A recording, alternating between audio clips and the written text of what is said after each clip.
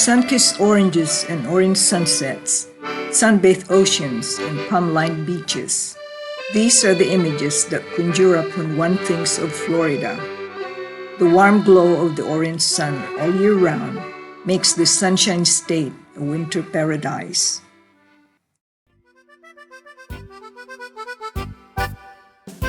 Wilma and I are here in Naples, Florida, upon the invitation of my parents, who are wintering here.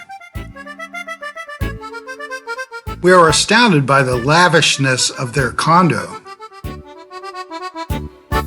The beautiful beveled glass doors open up to a sweeping view of the ocean.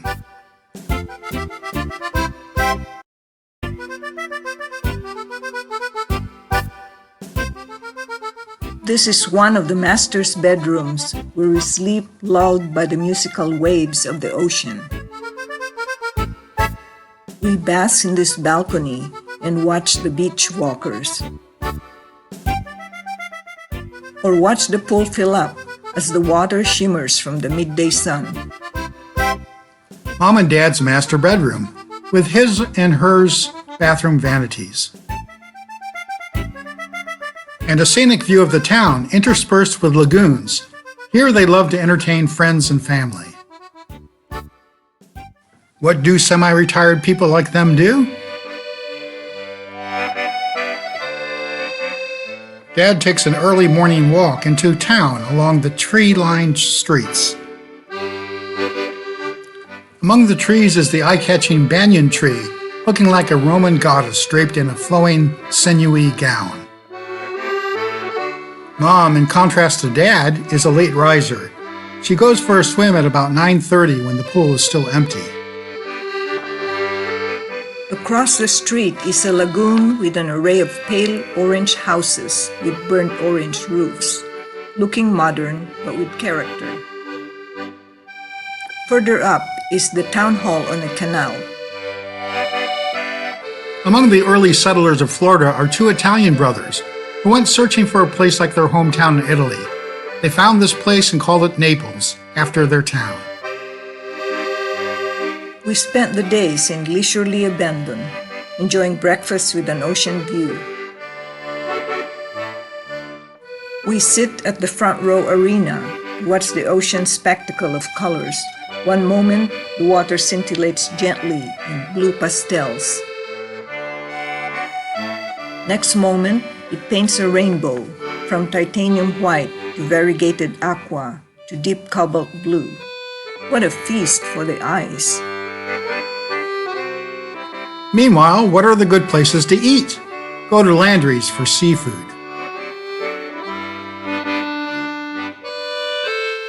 Or the waterfront for steak and seafood, and enjoy watching the pelicans too.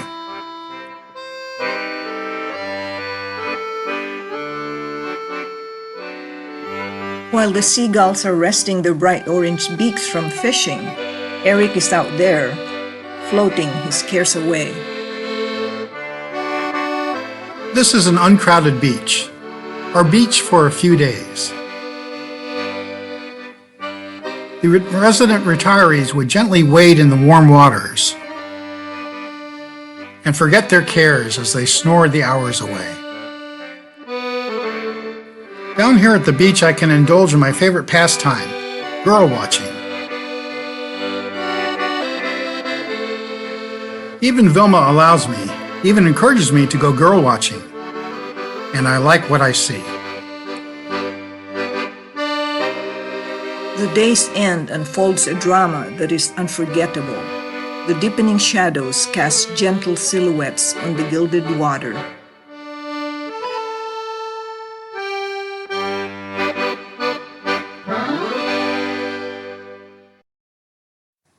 In the same meditative ambiance, I engage in a mother and son talk. Today is Mom's birthday. Here's a mother who is happy to see her son visit on her birthday. I present her with a cake that I baked and frosted, improvising. Dad cooks a nice dinner of prawns on pasta, very Italian.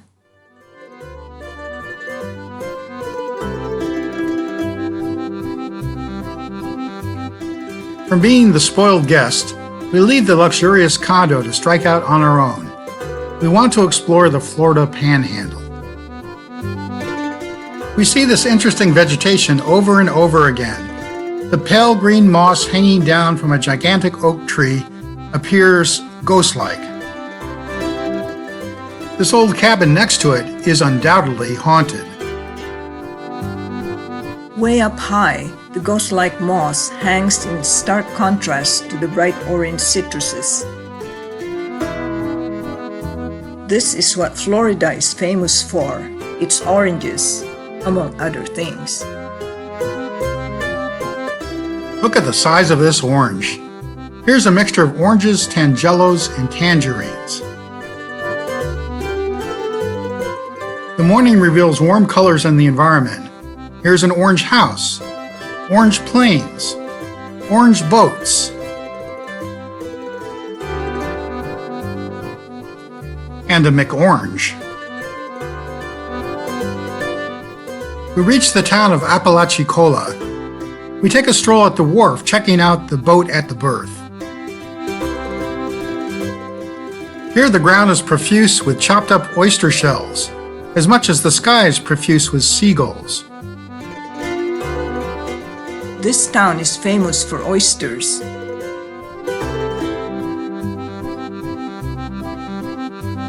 The whole town rests on orange grounds. Follow me on the orange brick road to the land of Oz. Continuing our drive along the Gulf of Mexico, we stop to absorb the bounty of the orange country with orange grass. Even orange pine trees. At daybreak, we are intent on watching the rising of the sun.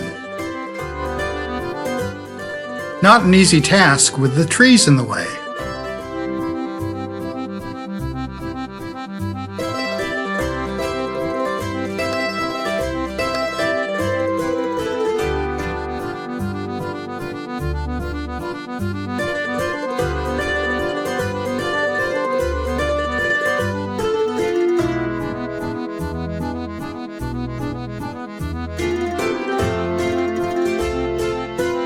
As we prepare to leave, there's a bigger spectacle. A deep orange pumpkin-like ball jumps into view. It's the most spectacular sunrise we've ever seen. A beautiful farewell to Florida. From Florida, we drive northwest through Alabama and Mississippi to Louisiana.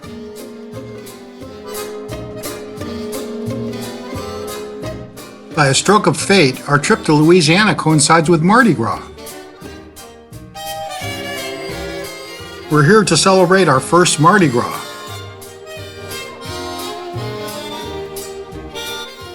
And to revisit the bayous. Time to feast on two kinds of Cajun crawfish cuisine. And of course, to indulge in delicious, luscious boiled crawfish. We are here in the town of Lafayette, purposely avoiding the more riotous and expensive version of Mardi Gras at New Orleans. The whole town, even the schools, closed down for the major event.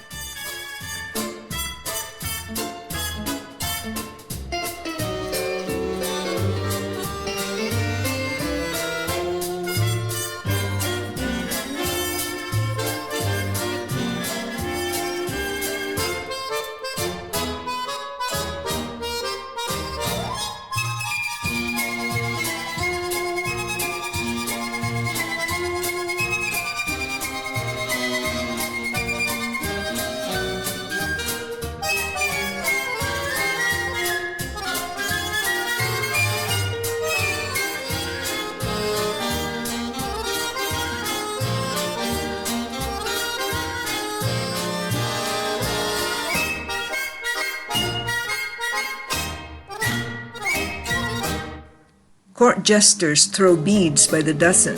Everyone gets a share of it.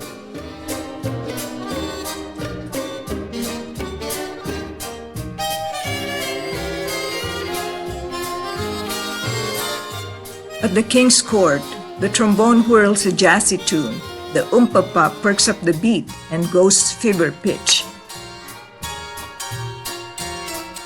People wearing Mardi Gras colors of purple, green, and orange dance in the street. And don't forget, there's jambalaya and a crawfish pie and filet gumbo.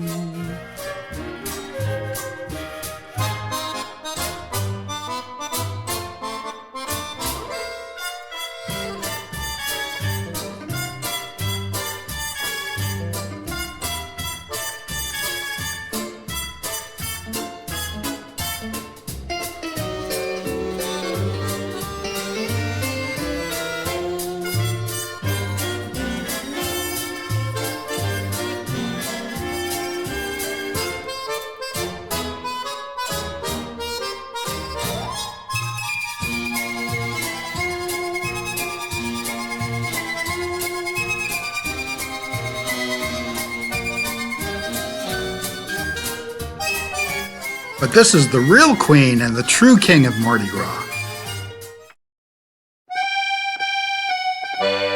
After the festivities, we look for a quiet place to retreat. Son of a gun, we'll have big fun on the bayou. What a precious find! Wildlife Gardens is home to a variety of animals.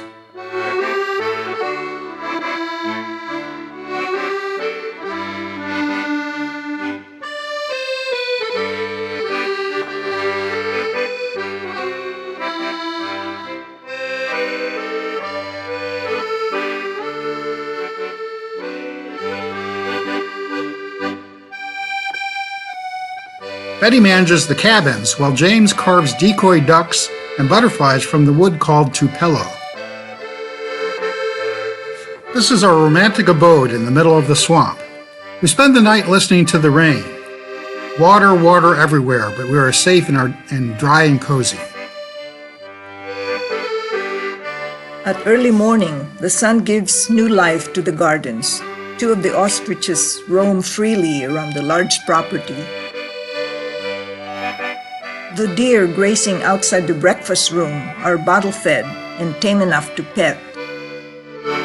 The husband gets up early and cooks a true southern breakfast.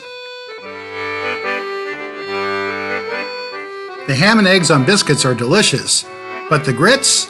No thanks. Since we're pressed for time, James gives us a quick but free tour of the more exotic animals, the bobcat family. This is Sassy, the mommy. This is Mac, the daddy, who looks like he just woke up. Tigger, the baby, upon seeing us, goes into hiding. After a while, it emerges.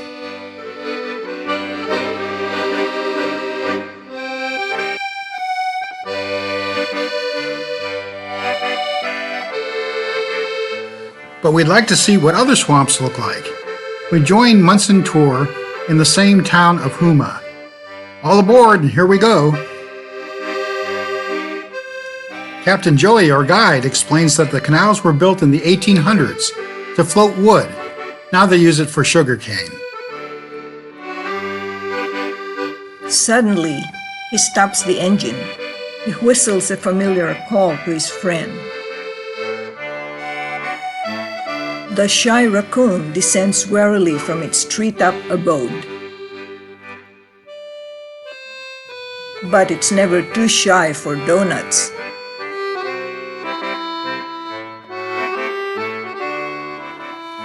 Nature's landscape is amazing. There are different things to see at every turn.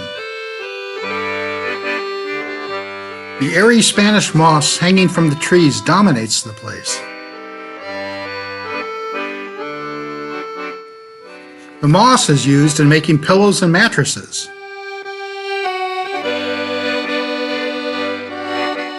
Here's an artistic bunch. They are called cypress knees. The roots go up to take oxygen. While the tree roots like to bunch themselves, The water lilies like to take over the water path. These are ash trees that have red seeds that fly like helicopters.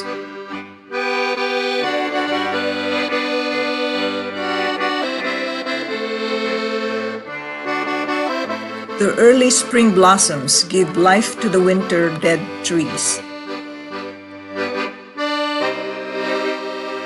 What a refreshing experience to be in the heart of the bayou.